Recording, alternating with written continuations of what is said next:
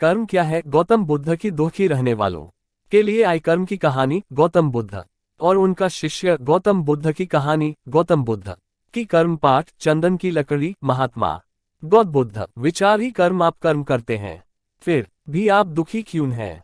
क्या आपका कर्म कर्म है या फिर दुष्कर्म है? सही कर्म का ही सही फल मिलता है, लेकिन सही कर्म करे कैसे?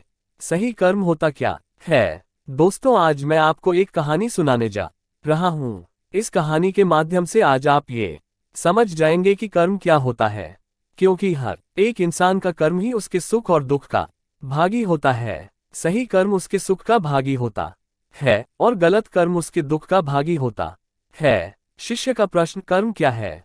गौतम बुद्ध ने सुनाया कर्म की कहानी। राजा और दुकानदार की चंदन की लकड़ी। विचार ही हमारे कर्म होते हैं। गौतम बुद्ध ने कर्म का पाठ पढ़ाया। कर्म क्या है? कहानी से हमें आज क्या ज्ञान मिला? शिष्य का प्रश्न, कर्म क्या है? एक बार की बात है, महात्मा गौतम बुद्ध जी के एक शिष्य ने ये प्रश्न किया कि हे भगवान, कर्म क्या है? महात्मा गौतम बुद्ध जी मुस्कुराए और उन्होंने जवाब दिया, वत्स, मैं तुमको एक कहानी सुनाने जा रहा हूं। इस कहानी के माध्यम से तुम सभी शिष्य ये समझ जाओगे कि कर्म क्या है। गौतम बुद्ध ने सुनाया कर्म की कहानी। राजा और दुकानदार की चंदन की लकड़ी। एक राजा था, वह अपने मंत्री के साथ देश का भ्रमण करने निकला। भ्रमण करते करते राजा और मंत्री एक बाजार में पहुंच गए। उस बाजार में राजा का ध्यान एक दुकानदार के ऊपर गया। उस दुकानदार को देखते ही राजा के मन में न जाने क्यों यह विचार आया कि मैं इस दुकानदार को कल फांसी की सजा दे दूं। यह बात राजा ने अपनी मंत्री को बताया। मंत्री कुछ बोले उससे पहले राजा उस दुकानदार के दुकान के सामने से आगे निकल चुके थे और दूसरी बातें करने लगे। मंत्री बहुत ही चिंतित हो गया। ये बात समझ नहीं पा रहा था कि दुकानदार की गलती क्या है। दुकानदार से बिना कुछ बात किए, बिना कुछ सोचे समझे महाराज ऐसा फैसला लेने के बारे में क्यों सोच रहे हैं? राजा और मंत्री भ्रमण करने के बाद राजदरबार वापस चले गए। मंत्री को रात भर नींद नहीं आई। सुबह जगने के बाद मंत्री एक साधारण प्रजा का रूप बनाकर उस दुकानदार के पास गया और उस दुकानदार से पूछा, तुम क्या बेचते हो? दुकानदार ने जवाब दिया, मैं चंदन की लकड़ी बेचता हूँ। फिर मंत्री आसपास के लोगों से दुकानदार के बारे में पूछना शुरू किया। सब ने जवाब दिया कि दुकानदार किसी से बोलता नहीं है, हमेशा दुखी रहता है। मंत्री को बात समझ में आ गई। मंत्री फिर वापस दुकानदार के पास गया और उस दुकानदार से पूछा, तुम दुखी क्यों रहते हो? दुकानदार ने बताया, मैं दुखी इसलिए रहता हूँ क्योंकि मेरे दुकान पर लोग आते हैं, चंदन की लकड़ियां सूंघते हैं और बोलते हैं बहुत ही सुंदर है, बहुत ही अच्छी महक है, लेकिन कोई खरीदा नहीं है, इसलिए मैं बहुत दुखी रहता हूँ। मंत्री दुकानदार की बात सुनकर खुद भी भाव विभोर हो गया। कोई भी दुकानदार दुखी क्यों न हो अगर उसके दुकान का कोई भी सामान खरीदा ना जाए जबकि सामान में कोई कमी ना हो। मंत्री सोचने लगा कि यह दुकानदार अपने दुखों के वजह से इतना दुखी रहता है, परंतु राजा इस दुकानदार को फांसी पर क्यों लटकाना चाहते हैं? अर्थात राजा के मन में आए हुए विचार का उत्तर अभी तक मंत्री को नहीं मिला था। मंत्री ने फिर दुकानदार से पूछा, भाई तब तुम क्या करोगे अगर तुम्हारे दुकान की सारी चंदन की लकड़ियां ऐसे ही रखी की रखी रह जाएंगी? तो दुकानदार ने गुस्से भाव में बोला, हाँ मैं जानता हूँ मेरी चंदन की लकड़ियां ऐसे ही रखी रह जाएंगे, कोई नहीं खरीदेगा, इसीलिए मैं सोचता हूँ कि हमारे देश का राजा जल्दी से मर जाए। अगर वह जल्दी से मर जाता तो मैं उस राज दरबार में उस राजा के दाह संस्कार के लिए अपनी चंदन की लकड़ी देता, जिससे मुझे कुछ पैसे मिल जाते और इस बाजार के अलावा बाकी के लोगों को भी मेरे चंदन की लकड़ी के बारे में पता चलता, तो फिर शायद कुछ न कुछ लोग मेरी दुकान से जरूर खरीदने आते चंदन की लकड़ी। मंत्री दुकानदार की बात को सुनकर सब कुछ समझ गया और उसके मन में एक विचार आया। मंत्री ने दुकानदार से चंदन की कुछ लकड़ियां खरीदें। इस खरीदारी से दुकानदार को कुछ पैसे भी मिल गए और वह थोड़ा खुश भी हो गया।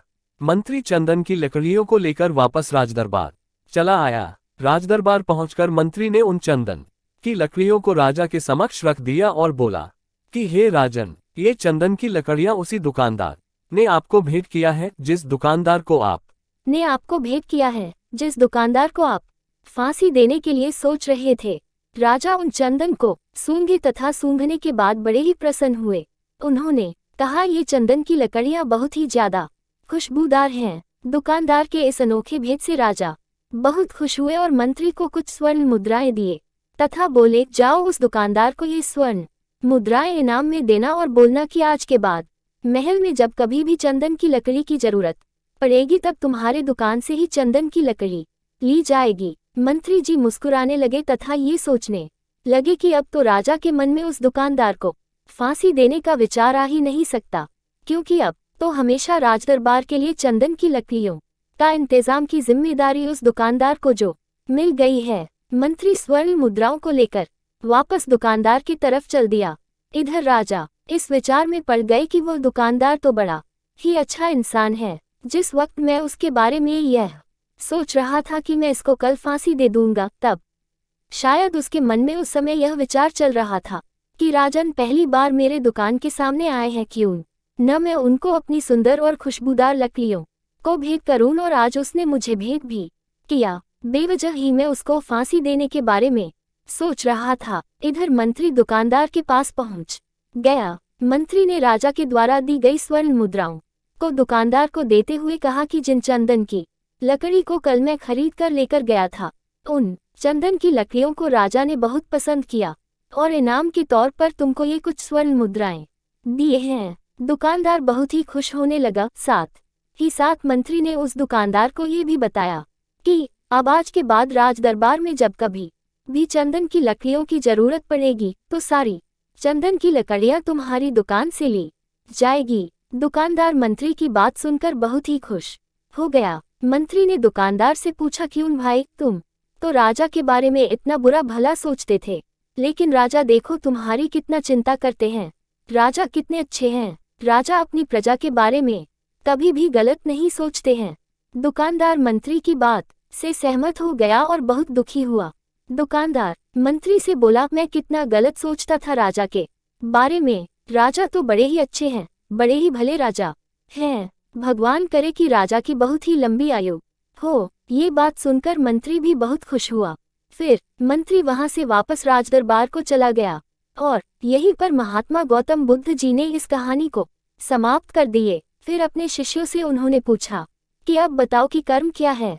विचार ही हमारे कर्म होते हैं। गौतम बुद्ध ने कर्म का पाठ पढ़ाया। किसी शिष्य ने कहा कर्म बोले हुए शब्द है, किसी शिष्य ने कहा कर्म वाणी है, तो किसी ने कहा कर्म सोच है, तो किसी ने कहा कर्म भावना है, वगैरह वगैरह। अपने सारे शिष्यों का जवाब सुनने के बाद महात्मा गौतम बुद्ध जी ने बताया कि कर्म हर एक इंसान की खुद के विचार होते हैं।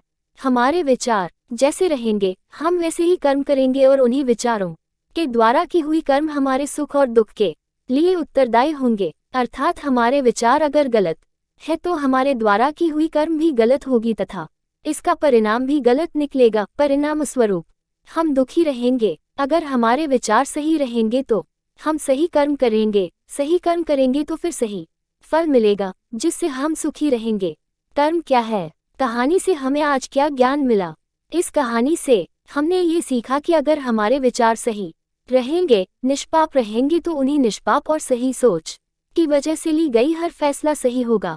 जब सही फैसला लेंगे तब वह हमारे द्वारा की हुई सही कर्म होगी। जब सही कर्म होगी तो सही परिणाम मिलेगा जिसके वजह से हम सुखी रहेंगे, हम खुश रहेंगे। तथा इसी जगह पर अगर हमारे विचार गलत रहेंगे तो हमारे द्वारा ली गई फैसला भी गलत होगी और किया गया कर्म भी गलत होगा, जिसे दुष्कर्म कहा जाता है। और उन्हीं दुष्कर्म की वजह से परिणाम भी गलत मिलेगा। जब दुष्परिणाम मिलेगा तब हम दुखी रहेंगे, परेशान रहेंगे।